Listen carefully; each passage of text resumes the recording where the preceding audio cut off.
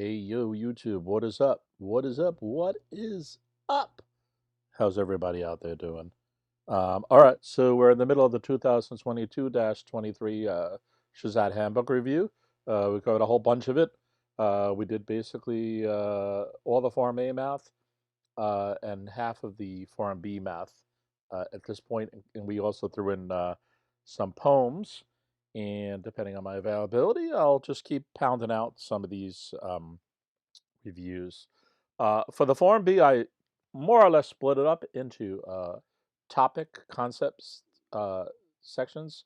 So we did arithmetic, we did algebra, we did geometry, and I'm going to be adding another section for rates, proportions, constant proportionality.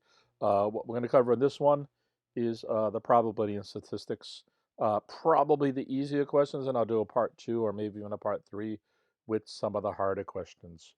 Okay, so without further ado, as they say, let's get into it. Okay, so the first question we're going to cover is this 76. Um, this is mostly what I would call probably a medium question. So let's just try to meander through it and see kind of the best we can do. Enough students have a problem with this question, so let's give it a better look-see than perhaps normally.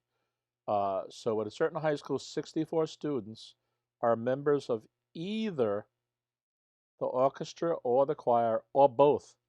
So one of 3 possibilities. Okay, it doesn't say and, so either in the orchestra, the choir, or both, right? In that case, is an and. But of these students, 38 are members of the orchestra, 46 are members of the choir. So 38 orchestra, 46 choir.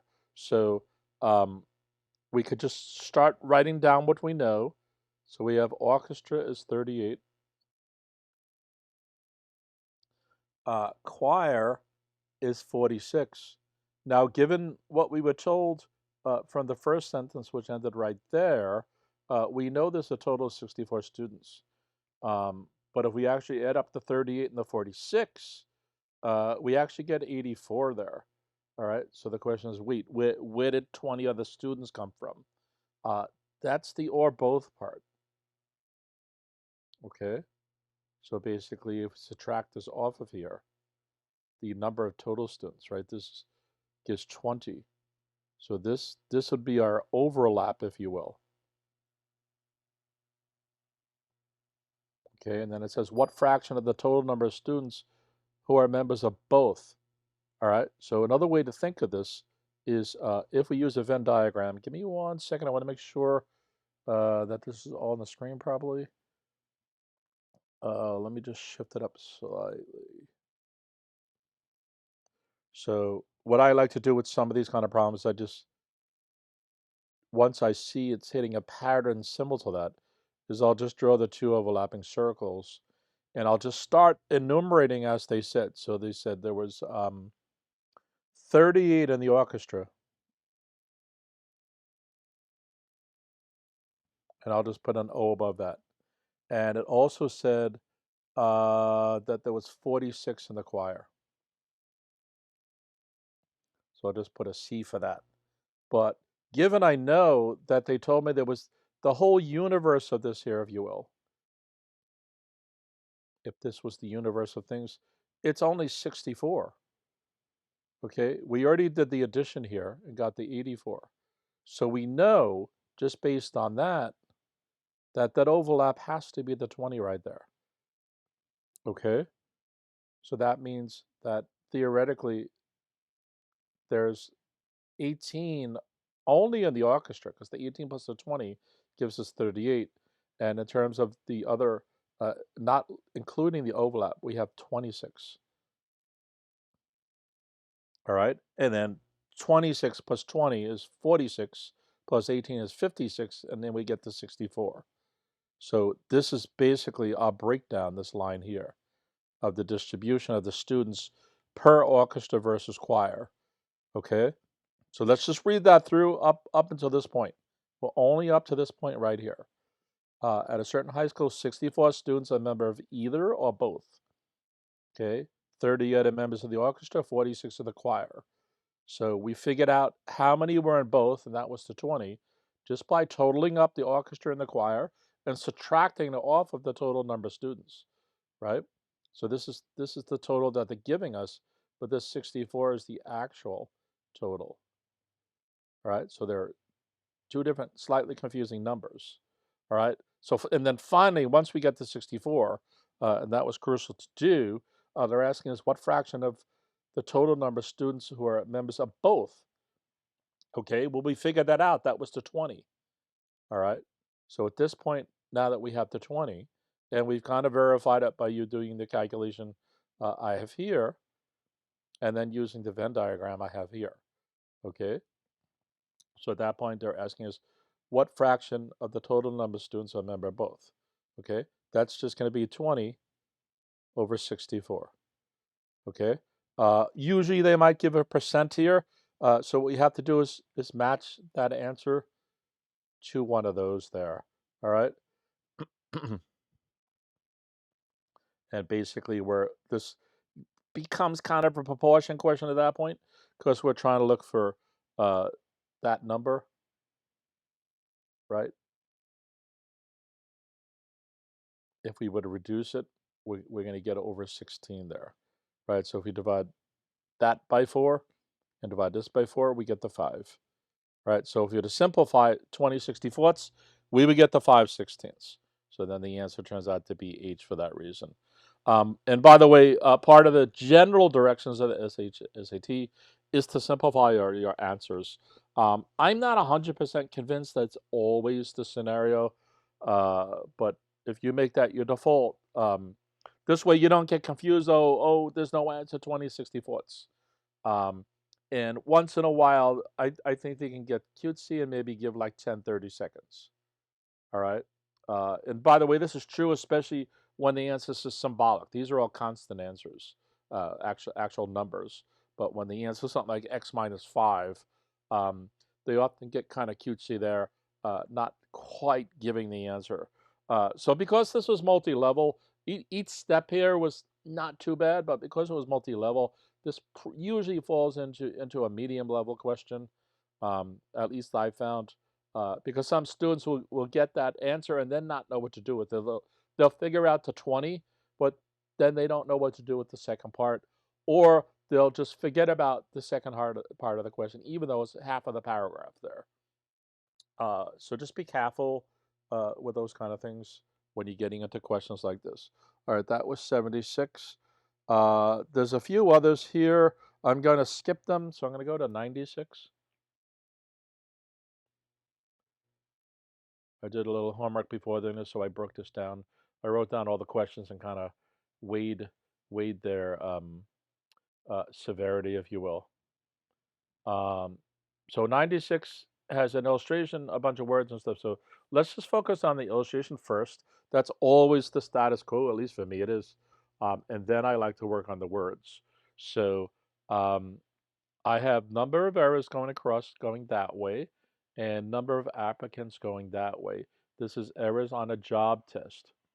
So people applying for a job apparently, and uh, with they're trying to compare the number of errors somebody makes uh, that occur depending on the number of applicants. Okay, so it seemed that as the number of applicants gets higher, the error rate would probably get higher too. I'm not sure. Actually, if we were to force fit a line of best fit, if you will, it's actually that like that. Okay, so that seems to be weird, but anyway, that's their data. So now let's look at the words and see what we can try to start making sense out of this with.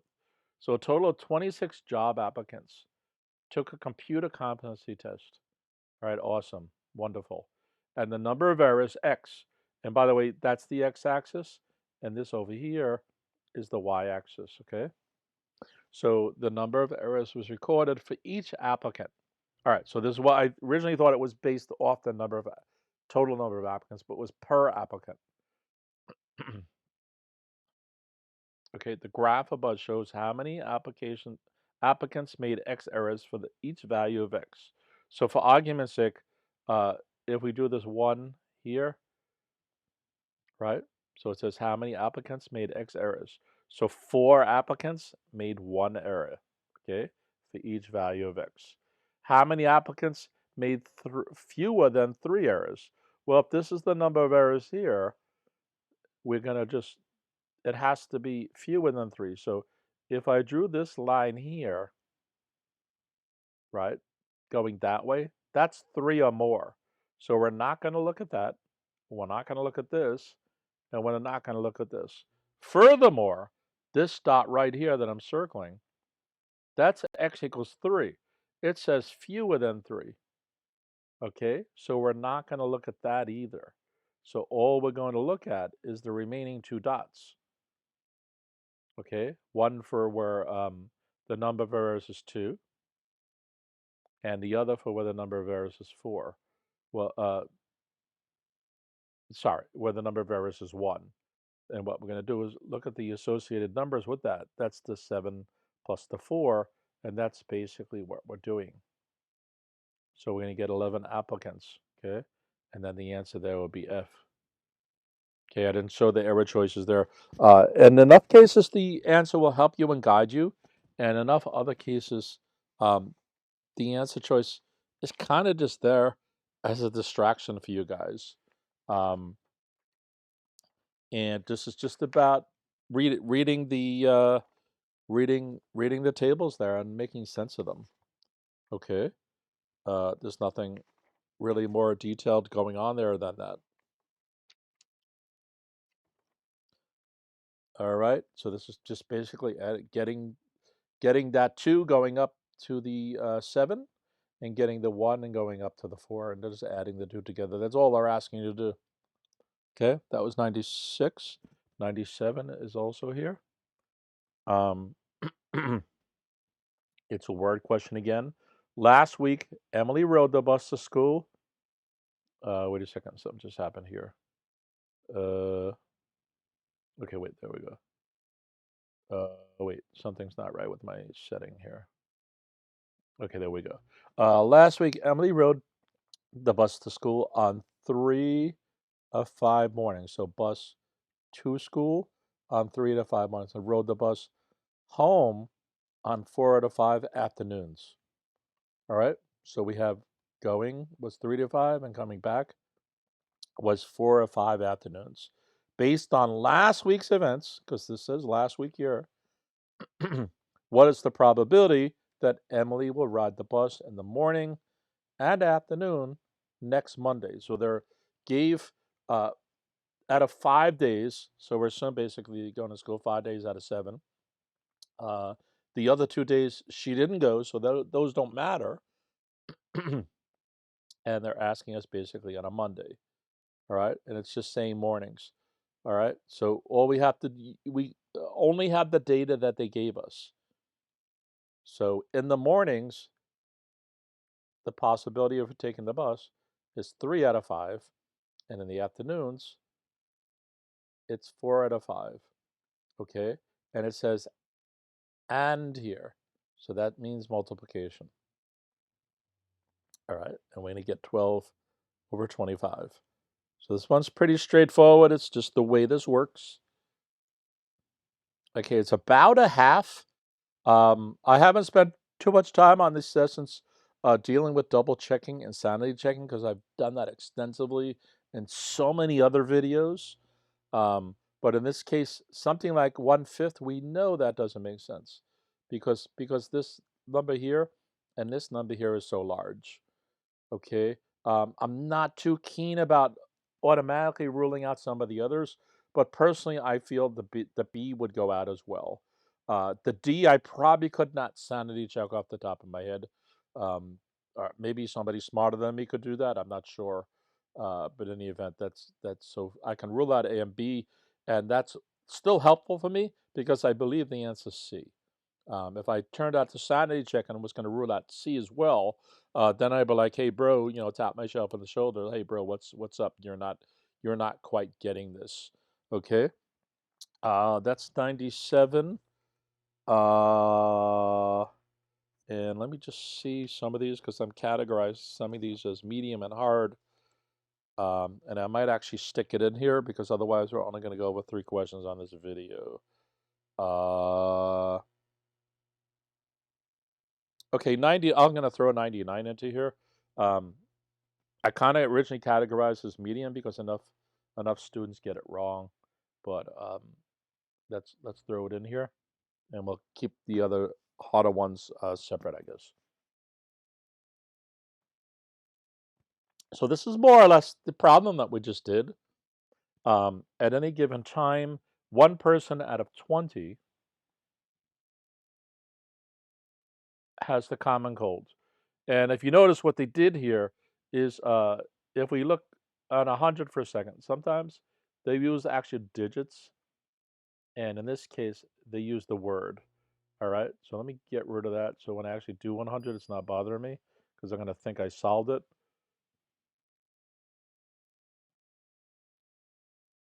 So, and there's rules of language where you're allowed to use digits or not, but they're purposely doing that so that we don't see the digit, we see the word, and it kind of whatever. Of course, if it's 1 out of every 20, basically that's a unit rate, so it's 1 out of every 20, 1 over 20 like that, right? Okay. Assuming that the common cold may be caused by any one of 200. So look at that. They did that same thing again, each of which is equally likely. All right. So this is possibilities. This is not guarantees to cause the cold. Of the 200 viruses, is cold virus number V144. What is the probability that a randomly selected person is suffering from a cold caused by this? So we have to basically go through 2 levels. To have V144, you have to have a cold already. And that's kind of what that says there. So what they're asking is how many have a cold, followed by those with colds who have V144. All right, so the possibility of having a cold was what we wrote earlier. It's 1 over 20. Okay, so if you have a cold and the cold is V144, they gave us that number here as the 1 out of 200. And because I just emphasized and, it's multiplication. All right, so that's equal to 1 over 4,000.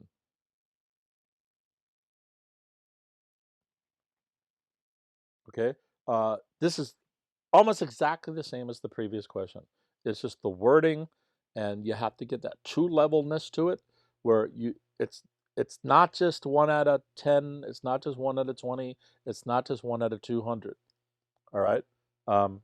First of all, I don't know where they got that answer from, so let's do a sanity check on it. I'm not sure where that came from. I could probably compute it out somehow. And what we're left with is this B and C here, which is the 1 out of 20 and the 1 out of 200. Automatically, you should probably know that. So it says, what is the probability that they're suffering from a cold caused by? So the way to read that is, what is the probability that a random selected person is suffering from a cold that they're suffering from virus V144? So there's 2 levels of the sufferingness, if you will. All right. So that almost begs the answer can't be B either. Because if nothing else, if you're going to logic this out, you would probably pick C. All right. So for that reason, it would have been C, but it's not, because it's you have a cold and the cold is the V1444. Okay. I said too many fours there, but so that's our sanity check. We tried, I don't know where A came from. We can rule out B comfortably. We kind of keep C in for a second, then we're like, wait a second, that doesn't smell right. All right. And it has to be, you don't just have V144, you have a cold quote first. You could argue you don't have a cold and then you have V144 on top of it. No, that's not true.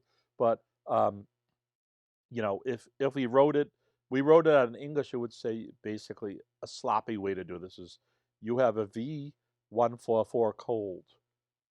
All right, so you need to have a cold in the first place.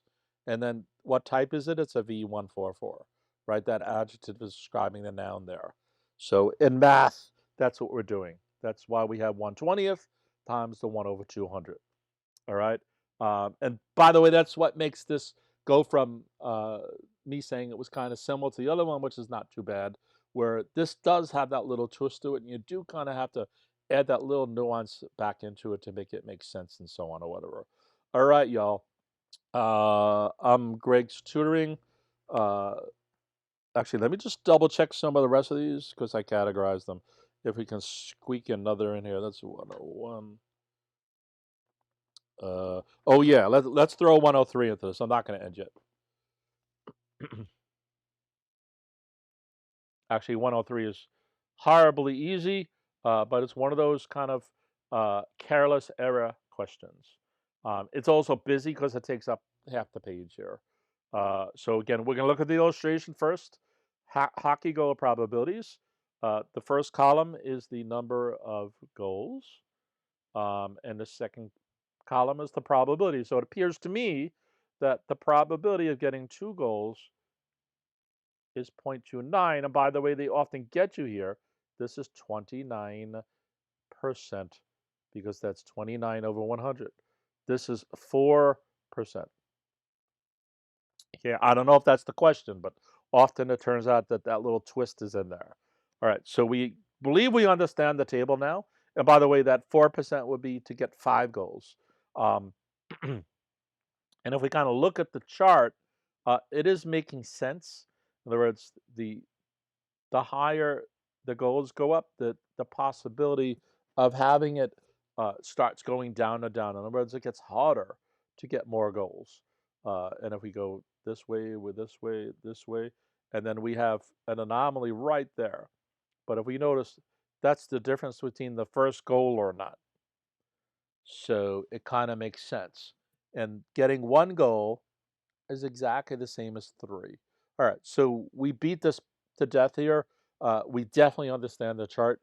So let's go back to the words and see if it confirms what we're talking about and thinking about, and then actually apply whatever the heck the questions are eventually going to be. So the table shows the probabilities of a hockey team scoring different numbers of goals in a game. Okay, that's the first column, different numbers of goals. Okay, what is the probability of the team scoring 3 or more goals in the next game? So this again is theoretical, and it says 3 or more. So we're looking at all 3 columns here. Give me 1 second. My machine is doing something funky here. I don't know why I just threw a line through those, but I'm going to circle them again. 3 or more. Okay. So that means we need to take these numbers and just add them up. So that should be 0.34 or 34%. Okay, which turns out to be C. That's all they're asking there.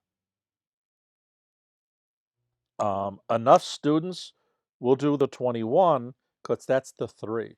And they see the 3 here. And by the way, it's not as a digit, it's as a word, right? Remember, I pointed that out at the previous question where they go back and forth. So your brain is not able to scan for the number because it's in word form.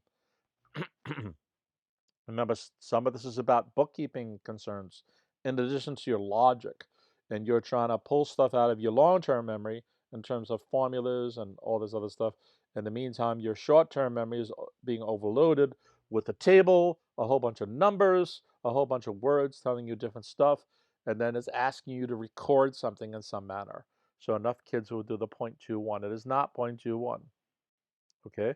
And by the way, that's part of your sanity check, is to go back into the question and try to make sense of it, right? And you should be doing stuff like underlining this or circling the word 3 and the or more. Enough students actually circle the right stuff when they're doing a question, but when they actually go to answer it, they ignore what they circled or underlined or pointed out, right? There's nothing wrong with drawing this arrow on your sheet as long as you know why you drew it. Don't just start putting down annotations and circling and underlining and writing notes for no reason whatsoever, including on the ELA section, right? This is important to do and figure out and keep track of, especially because you're your long-term memory and short-term memory are competing against each other, and your short-term memory is being overloaded. All right, so that's the spiel there. All right, okay, so I'm going to do a second part of this, maybe even the third, depending on how hard the remaining 1, 2, 3, 4. I can't remember what I did here. I'm going to have to see what questions I answered here, but there's about 4 more that I'm categorizing as medium/hard, and I might even spin off one of the hard ones by themselves. All right, y'all. Hopefully you have a nice day. This is Greg's Tutoring NYC. Check out my website. Check out my other videos. I have many handbook reviews, many questions answered of various sorts. I have a problem with the day series. I have topic lists. I have cover-to-cover handbook reviews of I've done 3 or 4 other handbooks or something like that. I have tons of question and answer sessions. I have a hardest math problem series for some of the questions. Just the list goes on. All right. Please like, please subscribe. Remember, helping the channel will help other students, including yourself. Peace, y'all.